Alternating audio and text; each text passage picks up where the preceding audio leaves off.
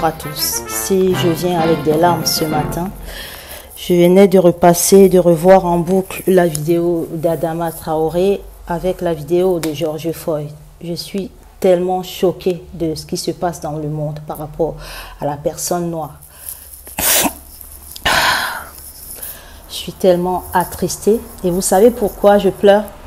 Hier, par exemple, j'ai reçu comme une énième personne qui arrive dans mon cabinet médical et qui me demande Madame Grandjean.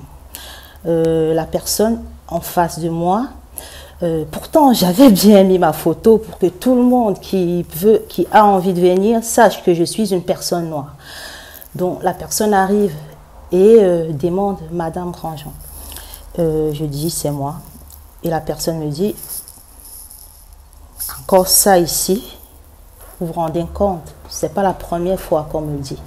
Ayant été recommandé dans le réseau de soins, sur un suivi post-opératoire, était obligé de trouver une nutritionniste de ville et à trouver ma carte chez son médecin généraliste. Donc, sur ma carte, elle ne s'est pas rendue compte que je n'avais pas le faciès qui devait la convenir en fait.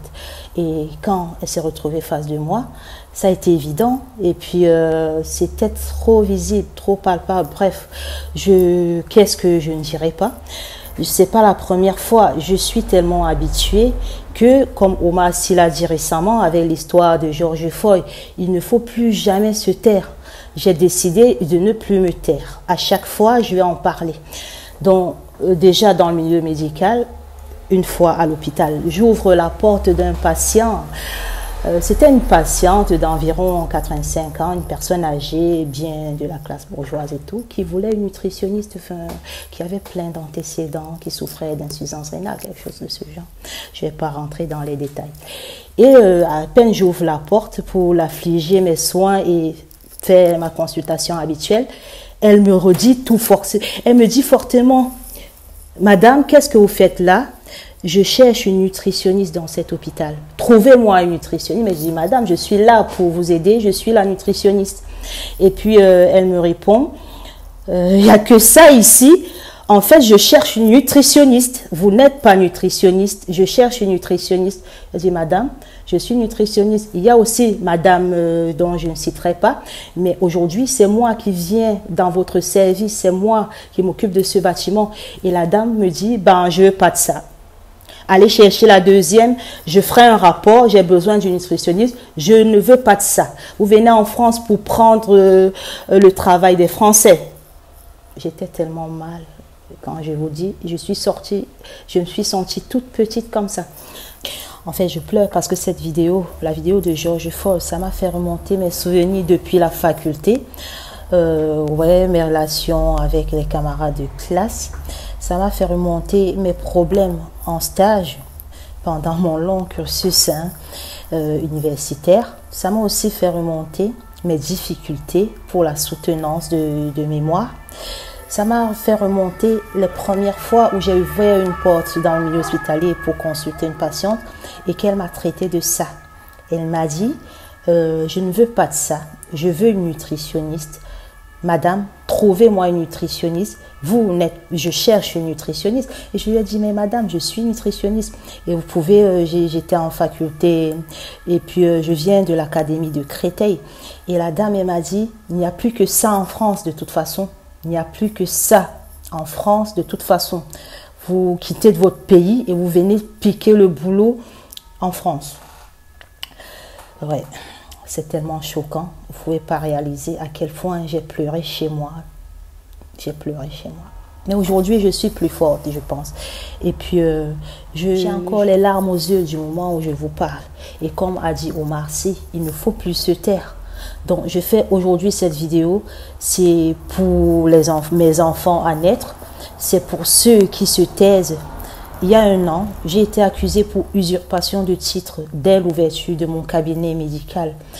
J'ai été convoquée et puis il a fallu que je prouve par tous mes diplômes universitaires que je suis issue de l'académie de Créteil et que j'ai bel et bien fait mes études supérieures en France et que je suis diplômée. Et puis j'ai ramené des tas de papiers pour justifier mon agrément, justifier que je fais même partie de l'association des nutritionnistes de France. Donc, j'ai été choquée, j'ai été touchée dans mon amour propre. Et puis, je pourrais même vous dire, j'ai été écrasée parce que je me suis sentie humiliée depuis le jour où j'ai posé mes pieds en France. J'ai toujours été anéantie par mes profs, j'ai toujours été critiquée. Il n'y a pas eu un seul instant où on ne m'a pas rappelé. D'ailleurs, que même mon prof, vivement en classe, il le disait haut et fort quand on faisait des cours, par exemple, sur la drépanocytose. Il répondait à la question dont je lui posais. Il y a un de mes profs qui m'a répondu, question de marque. Et quand je lui avais dit, mais monsieur, il s'appelait H, mais monsieur H, c'est quoi cette marque? Il me dit, drépanocytose, c'est une maladie qui attaque les personnes noires et c'est une question de marque. Voilà, tout court. Il y a toujours des choses qui ont pu guider ma vie, comme le courage d'affronter les choses, des situations durant mon cursus, pendant ma vie. J'ai toujours eu cette humilité de pouvoir me rabaisser et de ne pas me sentir supérieure à qui que ce soit. Et il y a aussi quelque chose qui guide ma vie jusqu'à aujourd'hui. C'est le fait de savoir me taire face à des situations. Mais comme vous me voyez aujourd'hui, je suis là et puis j'ai décidé de parler. C'est pas pour me victimiser, c'est pas pour me faire aimer.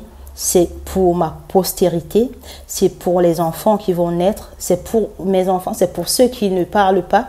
J'ai décidé de m'exprimer. Si j'ai pris de l'audace aujourd'hui pour pouvoir m'exprimer sur la toile, c'est aussi grâce à Soflane Kenyé qui m'a un peu motivée, qui m'a même presque formée à pouvoir m'exprimer parce que je connaissais l'anatomie, je suis une spécialiste de nutrition, je maîtrise la biochimie, mais c'était pas mon truc de pouvoir parler en fait à la télé, à la capsule santé, à Canal 2.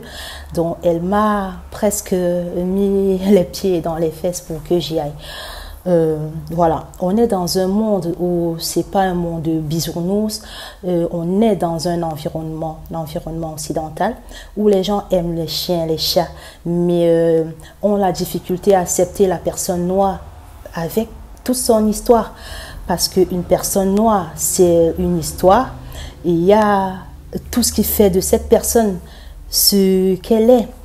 On verra par exemple l'histoire d'Égypte qui a été complètement blanchie pour pouvoir être acceptée dans les livres, parce que le fait que ça reste Toutankhamon soit noir, ça entachera un petit peu, ou que l'ancienne médecine même soit noire, parce que la médecine ça vient même de l'Égypte.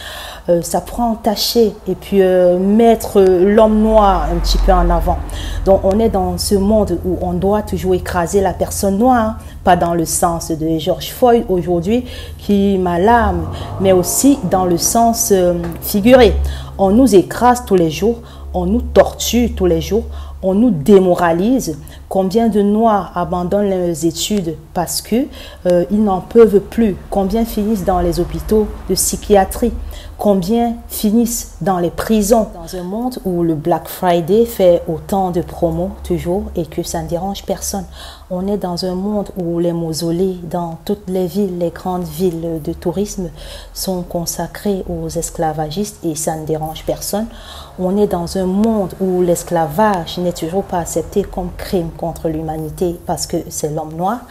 On est dans un monde où Hafsat aussi est critiqué à la télé à cause de son prénom. On est dans un monde où la Martinique, la Guadeloupe, la Guyane sont encore françaises. On est dans un monde où le franc CFA est fabriqué en France. On est dans un monde où les présidents de l'Afrique, en général les présidents noirs, ne jurent que pas. On est dans un monde où on n'est pas libre. On est dans un monde où Siben Ndiaye est insulté tous les jours. On est dans un monde, comme le dit Claudicia, les damnés de la terre. Mais on ne peut plus se taire. L'a dit Omar Sy, on ne peut plus se taire. Il faut s'exprimer. Il faut que, à travers cette vidéo, certaines puissent s'exprimer. Donc, avez-vous déjà été traité, maltraité dans votre vie à cause de votre couleur de peau? Avez-vous déjà subi des propos racistes, des comportements racistes, vous savez, la violence, elle est morale, elle est physique. Vous pouvez toujours notifier en commentaire. J'espère qu'avec cette vidéo, certains pourront s'exprimer. Naturellement, nous avons toujours été des personnes à grande hospitalité. Mais dans la vie, fais du bien au malin, il te chie dans les mains. Donc voilà, nous devons rester solidaires, nous entraider, nous hisser, nous propulser et financer nos propres projets. Nous devons profiter de ce que nous avons chez nous, de ce que nous avons comme richesse, de notre culture, pour pouvoir nous hisser dans un monde capitaliste. Donc j'espère que vous m'avez compris. J'espère que cette vidéo fera délier des langues. À la prochaine.